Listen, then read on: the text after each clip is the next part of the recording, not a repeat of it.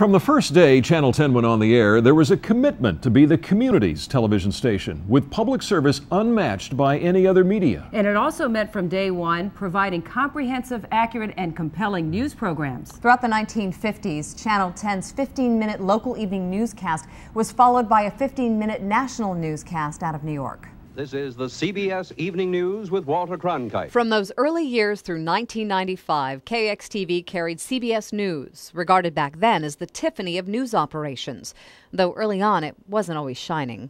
We have just had, I've been advised, some film in from the Defense Department, and here it is. This is the Explorer as it is being moved to the gantry.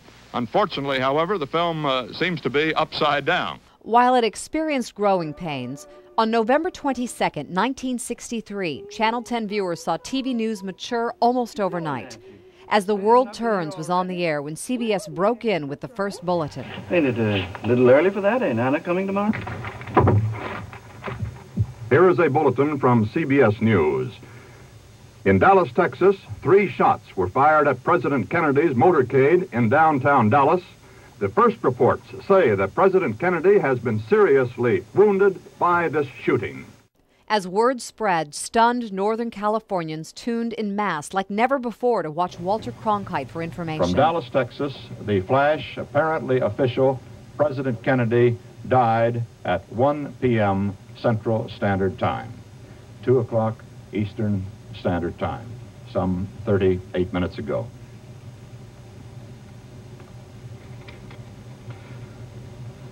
Vice President Lyndon Johnson has left the hospital in He became human that day because he cried. And that day, we all watched this terrible story as it unfolded, and we'd never seen anything like that before. We are now switching to Dallas, where they are about to move Lee Oswald.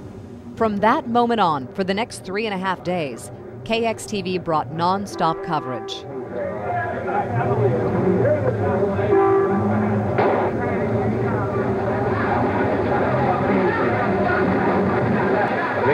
Oswald has been shot. An almost unbelievable 4 days, all broadcast live on Channel 10, culminating with the coverage of the president's funeral. During the 60s, news coverage on Channel 10 came of age. Firemen were harassed by snipers and brick-throwing hoodlums as they attempted to control the fires.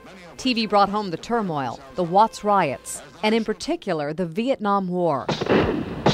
The communist intention was to take and seize the cities. And the anti-war protests. There has been a display of naked violence. The melee at the 1968 Democratic Convention. Wait a minute. Well, Walter, as you can see, I think we've got a bunch of thugs here, Dan. But there were also triumphs. The Redstone rocket is ready. The Mercury capsule is ready. From the earliest Mercury manned space flights Lift off. to putting a man on the moon.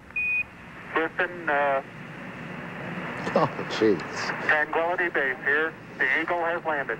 Channel 10 has been there. Boy. Okay, we're going to be busy for a minute. And then came the 70s. People have got to know whether or not their president's a crook. Well, I'm not a crook. A defiant President Richard Nixon proclaiming his innocence after the break-in of the Democratic headquarters at Watergate. What did the president know, and when did he know it?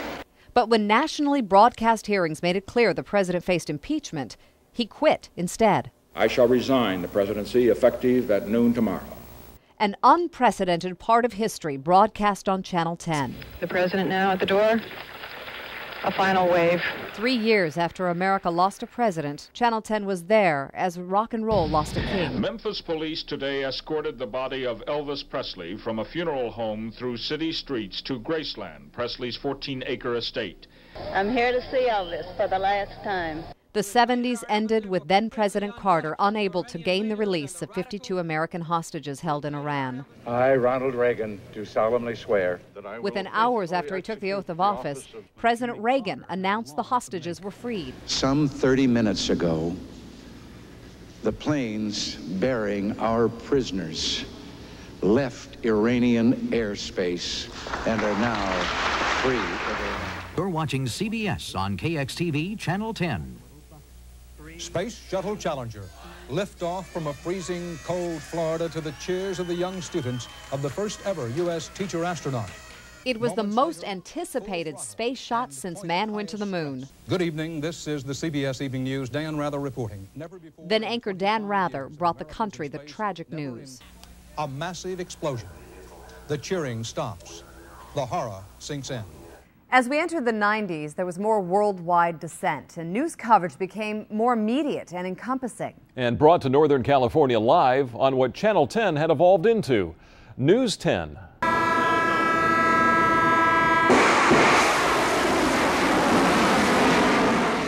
The wave of air attacks out of Saudi Arabia is being called the biggest one-day deployment of firepower in history.